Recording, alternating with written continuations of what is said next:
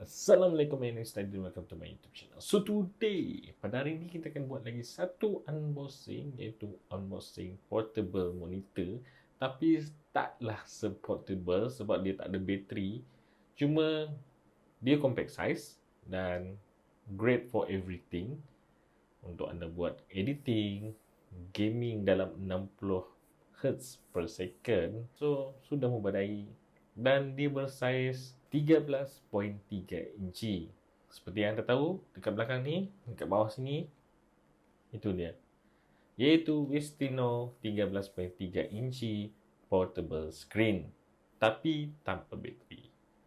Tanpa melengahkan masa, jom kita layan intro dan kita buat unboxing, guys.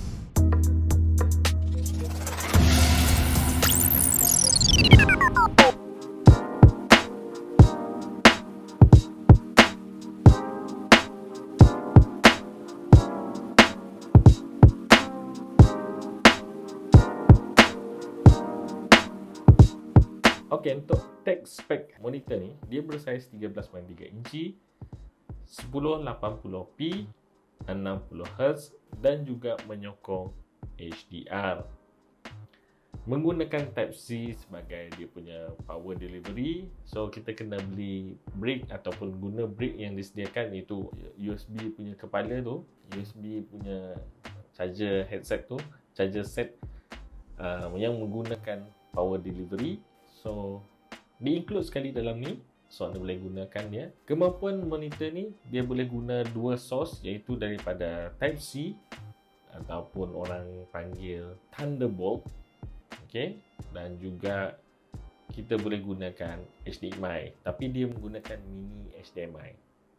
Kabel yang diberikan sekali adalah mini HDMI kepada HDMI, Type-C kepada Type-C, dua kabel. So satu kita boleh gunakan untuk cas dan satu lagi kita boleh gunakan untuk transfer monitoring lah, sama function macam HDMI.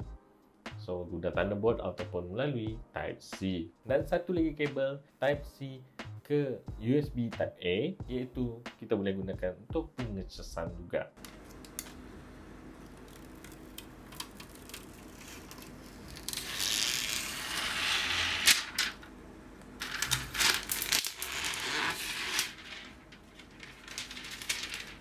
Untuk bersini memang compact size 13.3 memang kecil, tapi senang kita nak bawa pergi mana-mana. Cuma bersih yang ini tidak disekalikan dengan bateri. So tidak ada bateri lah. Dia cuma ada bagi leather set cover untuk kita gunakan, untuk kita bawa ke mana-mana. Tapi kita still nak kena guna, cari plug, kita plug. Ataupun kita cari power bank yang mampu buat power delivery.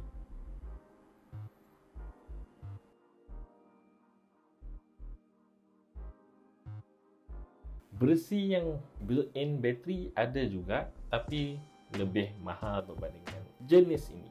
Harga masa saya beli ni adalah RM431 Malaysia. Dan jika anda berminat untuk membeli portable monitor ni, saya sediakan di ruang description dekat bawah ni dia punya link. So anda boleh beli dekat sana. Trusted ya. Video ni bukan untuk sponsor, walaupun ni just short review. Saya gunakan dekat saya punya PC untuk secondary monitor. Kalau saya nak streaming ke apa, saya boleh buat dekat sana sebab saya pakai widescreen. So nak pasang lagi satu monitor yang besar dekat bilik ni memang tak sesuai dan tak muat. So saya ambil 13.3.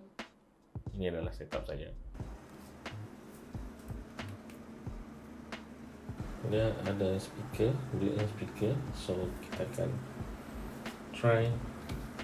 Ini punya speaker.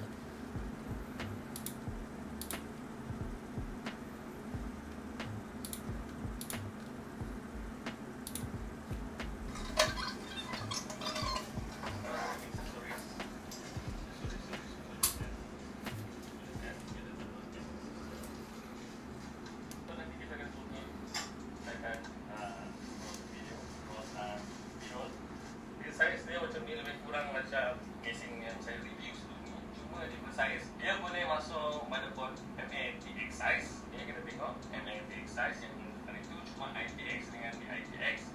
Ini boleh masuk